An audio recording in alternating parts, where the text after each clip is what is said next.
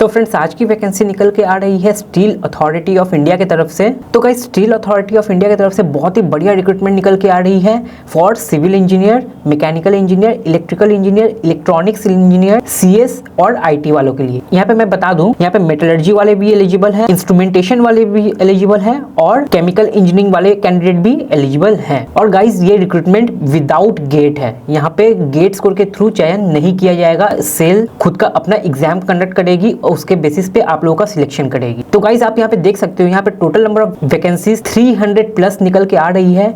यहाँ पे फ्रेशर्स बिल्कुल एलिजिबल है।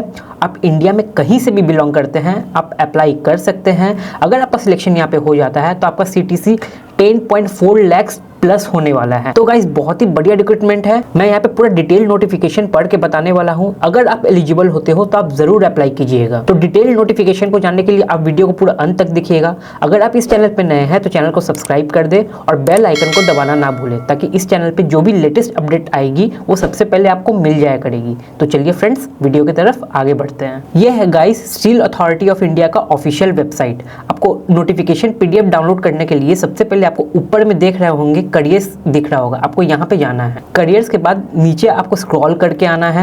यहाँ पे आपको दिख रहा होगा जॉब्स में advertisement number 12024 for recruitment of operator come technician. इस पे आपको क्लिक कर देना है। क्लिक करने के बाद आपका नोटिफिकेशन का पीडीएफ खुल के आ जाएगा। मैंने पहले से इंपॉर्टेंट पॉइंट्स मार्क करके रख लिए हुए हैं। चलिए फ्रेंड्स एक एक करके देखते हैं। तो guys steel authority of India एक पब्लिक सेक्टर अंडरटेकिंग कंपनी है जो कि महारत्ना के कैटेगरी में आती है। यहाँ पे ऑपरेटर कम टेक्नीशियन पोस्ट के लिए वैकेंसी निकल के आई हुई है। अगर आपका यहाँ पे सिलेक्शन हो जाता है तो ये 9 स्टील प्लांट्स जो कि यहाँ पे दिखाया गया है, इसमें से आप लोगों को किसी में भी पोस्टिंग मिल सकती है। अब यहाँ पे आगे देख लेते हैं कि किन किन डिसिप्लिन से कितनी कितनी वैकेंसीज निकल के आई हुई है। मेटलर्जी में आप देखोगे तो बीएसएल के लिए 10 वैकेंसी है, बीएसपी के लिए 12 वैकेंसी है, सीएफपी के लिए 1 वैकेंसी है। ये बीएसएल, बीएसपी, सीएफएफ ये सब क्या है आपको यहाँ पे देखने को मिलेगा।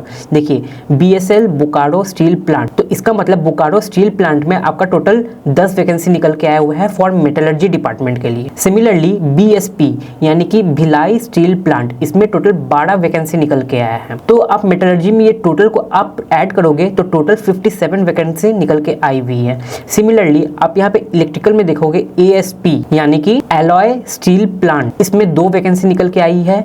बीएसएल यानी कि बोकारो स्टील प्लांट, इसमें 17 वैकेंसी निकल के आई है।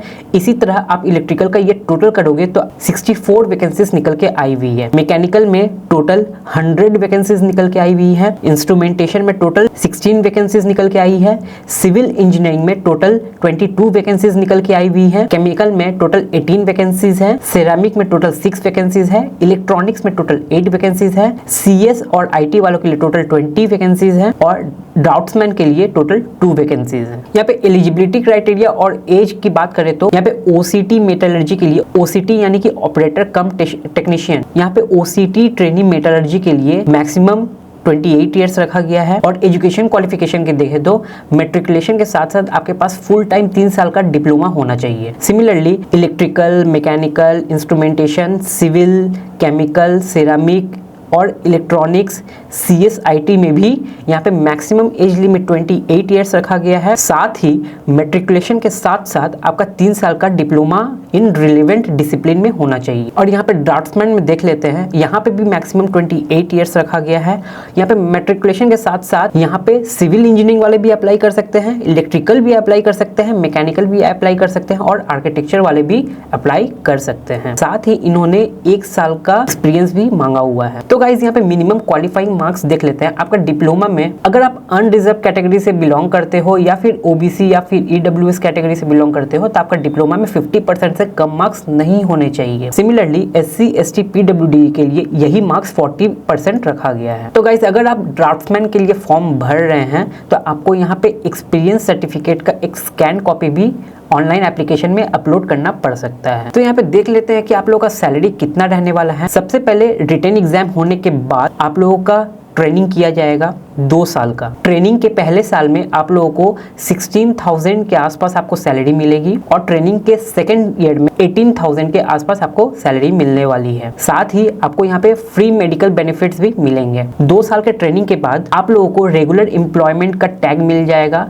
और आपका ईयरली CTC 10.4 lakhs रहने वाला है, जो कि बहुत ही बढ़िया सैलरी है एक डिप्लोमा इंजीनियर के लिए। तो यहाँ पे मोड ऑफ सिलेक्शन देख लेते हैं। यहाँ पे सबसे पहले आप लोगों का CBT टेस्ट लिया जाएगा। CBT टेस्ट में टोटल 100 क्वेश्चन रहने वाले हैं। इस 100 क्वेश्चन को 2 सेगमेंट में डिवाइड किया गया है। 50 क्वेश्चन टेक्निकल डोमेन से रहेंगे और 50 क्वेश्चन एप्टीट्यूड क्वेश्चन रहने वाले हैं। इस 100 क्वेश्चन को करने के लिए आप लोगों को टोटल 90 मिनट्स मिलने वाला है। यहाँ पे मिनिमम क्वालिफाइंग मार्क्स देख लेते हैं तो फॉर अनरिजर्व्ड और EWS के लिए यहाँ पे 50% रखा गया है। ये 50% कट ऑफ नहीं है। नेक्स्ट स्टेप में जाने के लिए आपको मिनिमम इतना मार्क्स तो लाना ही पड़ेगा। सिमिलरली SC, ST और OBC के लिए यहाँ पे 40% मार्क्स रखा गया है। CBT टेस्ट में क्वालिफाई करने के बाद आप लोगों का यहाँ पे स्किल टेस्ट होने वाला है और इस स्किल टेस्ट में आप लोगों को 1:3 रेशियो में आप लोगों को बुलाया जाएगा। मतलब एक वैकेंसी के लिए 3 कैंडिडेट्स को बुलाया जाएगा। यहाँ पे इन्होंने फिजिकल स्टैंडर्ड्स भी रखा है for male candidates and female candidate. यहाँ पे एप्लीकेशन प्रोसेसिंग फी की बात कर ले तो फॉर जनरल, OBC और EWS कैंडिडेट के लिए यहाँ पे टोटल 500 रुपीज रखा गया है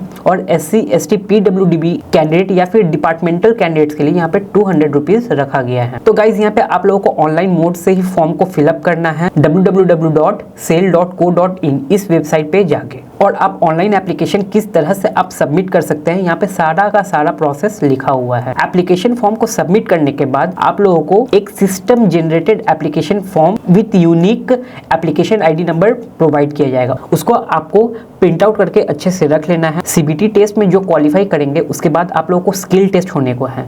स्किल टेस्ट में वो PDF आप लोगों को साथ में कैरी करना पड़ेगा। CBT टेस्ट और स्किल टेस्ट के लिए आप लोगों को कॉल लेटर्स भी वेबसाइट से मिल जाया करेगी। एक नजर यहाँ पे इंपॉर्टेंट डेट्स की तरफ डाल लेते हैं। अभी तक फॉर्म भरने की प्रक्रिया शुरू नहीं हुई है। 26 फरवरी से शुरू होगी। यहाँ पे 2023 लिखा हुआ है, ये शायद बाय मिस्टेक हो गया होगा और क्लोजिंग डेट है 18 मार्च। यहाँ पे मैं और एक बार बता देता हूँ, ये 2023 बाय मिस्टेक हो गया होगा, प्रिंटिंग मिस्टेक हो गया होगा। यहाँ पे 2024 होने को है। तो गाइज उम्मीद करता हूँ यहाँ पे आपको सब कुछ समझ में आ गया होगा। अगर फिर भी आपको कोई डाउट या क्वेरी रह गया हो तो आप कमेंट में लिखें, मैं बता दूंगा। और जिन एस्पिरेंट्स को यहाँ पे फॉर्म भरने में दिक्कत हो रही है आप कमेंट में लिखें। अगर उस पर मैक्सिमम इंप्रेशन आता है तो मैं फॉर्म फिलअप का भी एक अलग से एक सेपरेट वीडियो बना दूंगा। तो गाइज वीडियो अच्छी लगी हो तो इसे लाइक और शेयर जरूर करें। तो गाइज आज के लिए इतना ही, मिलते हैं नेक्स्ट वीडियो में न्यू जॉब के साथ। तब तक के लिए जय हिंद।